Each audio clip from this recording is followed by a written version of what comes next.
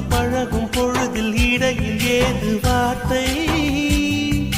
தொலை தூரம் நீயும் தொட முடியாமல் நானும் நின்று தவிக்கும் பொழுதில் இனிக்கவில்லை வாழ்க்கை